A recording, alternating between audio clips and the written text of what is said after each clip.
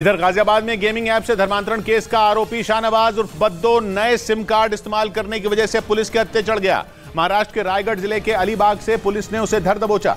Gaming app से धर्मांतरण के खेल से पर्दा उठने के बाद से बद्दो फरार चल रहा था और पुलिस से बचने के लिए वो करीब 10 दिन से अलग अलग शहरों में नाम बदलकर छिप रहा था। पुलिस सूत्रों के मुताबिक बद्दो को पकड़ने के लिए उसके रिश्तेदारों के मोबाइल फोन सर्वेलेंस पर रखे गए थे। पुलिस का कहना है कि इसी दौरान बद्दो ने नए सिम कार्ड से अपने एक रिश्तेदार को फोन किया, जिसकी वजह से वो नजर में आ गया। और महाराष्ट्र के रायगढ़ जिले के अलीबाग में मौजूद एक लॉज में बद्दो के छिपे होने की जानकारी मिली, जिसके बाद पुलिस ने इलाके में सर्च ऑपरेशन चलाकर बद्दो और उसके भाई को गिरफ्तार कर लिया। गिरफ्तारी से पहले का एक सीसीटीवी वीडियो भी सामने आया, जिसमें वो रात के वक्त 2 लोगों के साथ लॉज के अंदर जाता नजर आया। और पुलिस सूत्रों का कहना है कि गाजियाबाद में गेमिंग ऐप से धर्मांतरण के मामले में एफआईआर दर्ज होने के बाद बद्दो बुरी तरह डर गया था और इसी वजह से वो पुलिस से बचने के लिए 31 मई को फरार हो गया था, क्योंकि उसे ये भनक लग चुकी थी कि गिरफ्तारी के लिए पुलिस ने जाल बिछाना शुरू कर दिया है। एफआईआर दर्ज होने के बाद गाजियाबाद पुलिस की एक टीम उसकी तलाश में महाराष्ट्र के ठाणे में थी। पुलिस सूत्रों का कहना है कि केस दर्ज होने के बाद डर की वजह से बद्दो फरार हो गया था। पुलिस से बचने के लिए वो लगातार अपना ठिकाना भी बदल रहा था।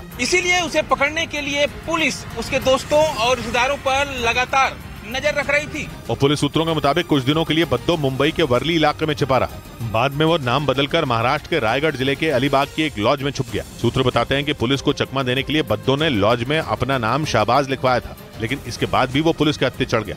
और पिछले कुछ दिनों से सुर्खियों में चल रहे गेमिंग ऐप से धर्मांतरण केस में नए किरदार बिलाल फिलिप की एंट्री हो गई।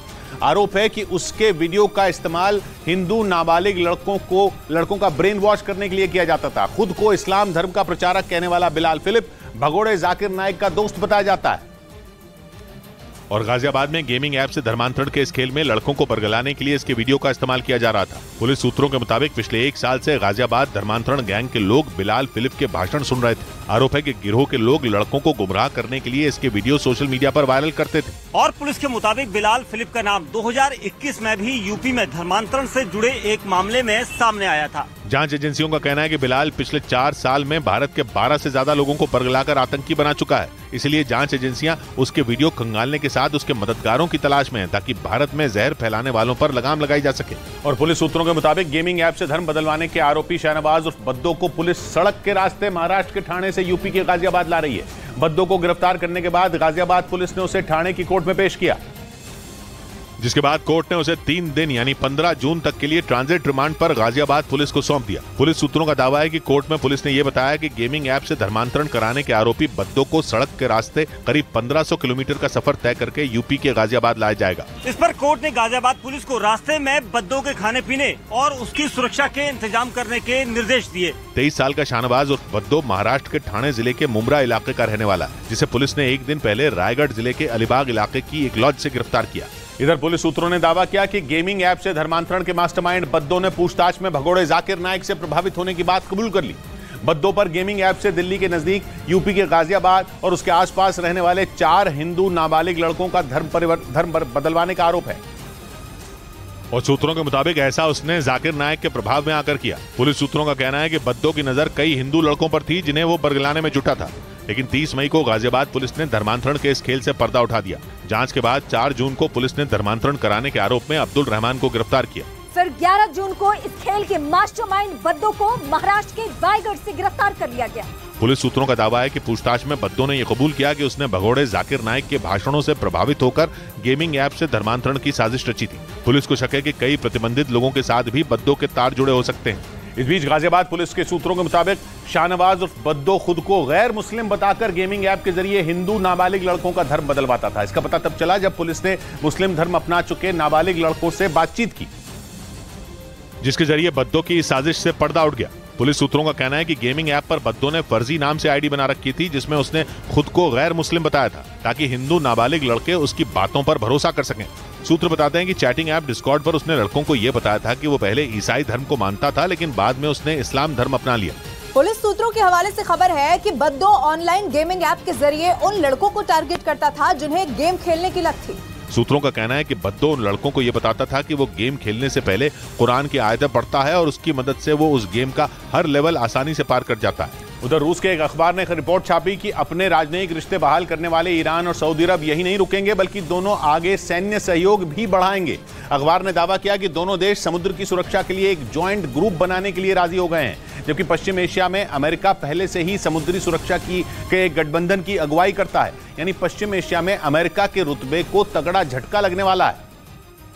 और जब अमेरिका का दोस्त सऊदी अरब उसके दुश्मन ईरान से रक्षा सहयोग बढ़ाएगा तो पश्चिमी एशिया के इस इलाके में अमेरिका के लिए बहुत बड़ा खतरा खड़ा हो जाएगा, क्योंकि सऊदी अरब के साथ सैन्य रिश्ते बनाकर ईरान अमेरिका से अपनी दुश्मनी ही निकालेगा। और अब तक पश्चिम एशिया में अमेरिका का पलड़ा भारी रहा है। उसने ईरान को घेरने के लिए जबरदस्त खेमेबंदी की हुई है। ईरान का पड़ोसी तुर्की अमेरिका की अगुवाई वाले सैन्य गठबंधन नेटो का सदस्य है। ईरान के दोस्त सीरिया में अमेरिका की सेना मौजूद है। ईरान का दुश्मन इजराइल अमेरिका का दोस्त है। ईरान के दूसरे पड़ोसी इराक को अमेरिका कमजोर कर चुका है और पश्चिम एशिया का बड़ा देश सऊदी अरब अमेरिका का दोस्त रहा है। लेकिन अब ये समीकरण बदल रहे हैं। वहीं अमेरिका के साथ जंग के आसार के बीच ईरान के सुप्रीम लीडर ने संकेत दिए कि अमेरिका के साथ परमाणु डील बहाल हो सकती है। 2015 में ईरान की अमेरिका और कुछ दूसरे पश्चिमी देशों के साथ परमाणु संधि हुई थी।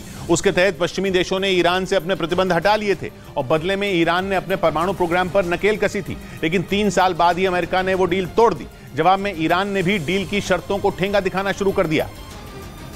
और तभी से अमेरिका, इजराइल और संयुक्त राष्ट्र लगातार ये आशंका जता रहे हैं कि ईरान परमाणु बम बनाने के काफी करीब पहुंच चुका है। ईरान को रोकने का बस एक ही चारा है, उसके साथ परमाणु डील फिर बहाल करना। मगर ईरान और अमेरिका के बीच तनाव इतना ज्यादा है कि दोनों एक दूसरे को धमकी दिए बिना बात तक नहीं करते और पिछले कई महीनों से दोनों के बीच डील को लेकर चल रही बातचीत बंद पड़ी है। लेकिन अब ईरान के supreme leader ayatollah Ali Khamenei के बयान से पश्चिमी देशों को थोड़ी राहत की सांस मिली, क्योंकि उन्होंने कहा कि पश्चिमी देशों के साथ परमाणु डील हो सकती है बशर्ते उससे ईरान के न्यूक्लियर इंफ्रास्ट्रक्चर पर कोई आंच ना आए।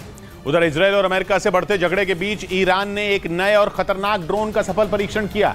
ये दावा पश्चिमी मीडिया ने किया। कुछ दिन पहले ईरान के एक हाइपरसोनिक मिसाइल के टेस्ट करने की खबर आई थी, जिसके बाद उसने एक नए ड्रोन का टेस्ट किया। यूक्रेन जंग में उसका आत्मघाती ड्रोन पहले ही अपनी ताकत दिखा चुका है, जिसने उसके दुश्मनों को एक बार नहीं बार बार डराया। और उसका नया ड्रोन भी दुश्मनों के पसीने छुड़ा सकता है। पश्चिमी मीडिया ने दावा किया कि ईरान का यह खास बॉम्बर ड्रोन करीब 7 किलो तक का बम उठा सकता है और 500 मीटर की ऊंचाई से अपने टारगेट को निशाना बना सकता है। ये ड्रोन एक बार में 10 छोटी मिसाइलें दाग सकता है और इस ड्रोन को किसी भी तरह के मौसम में ऑपरेट किया जा सकता है। यानी शाहिद 136 के बाद ईरान का नया ड्रोन आ गया, जिसे उसने अर्बाइन प्रोजेक्ट के तहत तैयार किया और अमेरिका और इजराइल को परेशान करने का नया रास्ता तैयार कर लिया। इधर मुंबई के मीरा रोड हत्याकांड में पुलिस सूत्रों का दावा है कि आरोपी मनोज साने ने अपनी लिव इन पार्टनर सरस्वती के शव के टुकड़ों को कहीं फेंकने के आरोपों से इनकार कर दिया। इससे पहले पुलिस को आरोपी के फ्लैट से शव के 13 से 14 हिस्से मिले थे, जिससे उन्हें आशंका थी कि शव के कुछ हिस्सों को आरोपी मनोज साने ने कहीं ठिकाने लगा दिया। जिसके बाद से पुलिस आरोपी मनोज साने से लिव इन पार्टनर सरस्वती की हत्या के मामले में पूछताछ कर रही है। पुलिस सूत्रों का दावा है कि आरोपी मनोज ने सरस्वती के अंगों को बाहर ठिकाने लगाने के आरोप से इनकार किया, जिसके बाद अब पुलिस मनोज के इस बयान की जांच कर रही है और गीता आकाशदीप सोसाइटी की सीसीटीवी फुटेज खंगाली, जिसमें मनोज साने एक काले रंग की पॉलिथीन लेकर जाता दिखा। लेकिन उस पॉलिथीन में सरस्वती के बॉडी पार्ट थे या नहीं, इसकी मुंबई पुलिस अब जांच कर रही है। पुलिस को अभी सरस्वती की फोरेंसिक और पोस्टमार्टम रिपोर्ट आने का इंतजार है। इस बीच लिव इन पार्टनर की हत्या के आरोपी मनोज साने पर वेब सीरीज देखकर हत्या की साजिश रचने का आरोप लगा। पुलिस सूत्रों ने दावा किया कि इस बात के कई अहम सुराग उसके पास से मिले मोबाइल फोन से मिले। पुलिस उसे इस हत्याकांड में पहले ही गिरफ्तार कर चुकी है, जिसमें लिव इन पार्टनर की हत्या करने के आरोपी मनोज साने पर वेब सीरीज देखकर हत्या की साजिश रचने के आरोप हैं। पुलिस सूत्रों ने दावा किया कि मनोज साने ने एक वेब सीरीज देखी और शव को ठिकाने लगाने के तरीके भी गूगल पर सर्च किए। सूत्रों के मुताबिक आरोपी दिल्ली के श्रद्धा वालकर मर्डर केस से तो प्रभावित था ही, साथ ही उसने वेब सीरीज देखी और उसी के आधार पर हत्या का प्लान तैयार किया। और हत्या के बाद 4 जून को उसने सरस्वती के शव की तस्वीरें भी खींची, जिससे कि बाद में याद आने पर उन तस्वीरों को वो देख पाए। आरोप है कि इसके बाद उसने अगले दिन कटर मशीन खरीदी और उसी के जरिए सरस्वती के शव के टुकड़े किए। सूत्रों के मुताबिक शव का 10% हिस्सा गायब है। वहीं आरोप है कि मीरा रोड हत्याकांड के आरोपी मनोज साने ने 4000 रुपए में एक पेड़ काटने वाला कटर खरीदा था। पुलिस सूत्रों ने दावा किया कि उसी कटर से उसने अपनी लिव इन पार्टनर के शव के टुकड़े किए और शव के उन्हीं टुकड़ों को मुंबई पुलिस ने बाद में उसके फ्लैट से बरामद किया, जिसके लिए मनोज साने ने 4 जून को भाईंदर ईस्ट इलाके की एक दुकान से पेड़ काटने वाला कटर खरीदा था। पुलिस सूत्रों के मुताबिक 2 दिनों के बाद वो फिर उसी दुकान पर कटर मशीन को ठीक कराने पहुंचा था, क्योंकि कटर मशीन की चेन और ब्लेड टूट गया था और उसने पेड़ काटते समय कटर मशीन टूटने की बात बताई थी। पुलिस सूत्रों के मुताबिक जिस समय वो कटर मशीन ठीक कराने पहुंचा था वो बिल्कुल साफ थी, लेकिन आरोपी मनोज काफी तनाव में था। आरोप है कि हत्या के वक्त उसने जो कपड़े पहने थे उन्हें वो पहले ही ठिकाने लगा चुका है, जिसकी पुलिस तलाश कर रही है। पुलिस को आरोपी के फ्लैट से 5 बोतल नीलगिरी तेल मिला है, जिसमें बॉडी पार्ट उबाले जाने की पुलिस को आशंका है।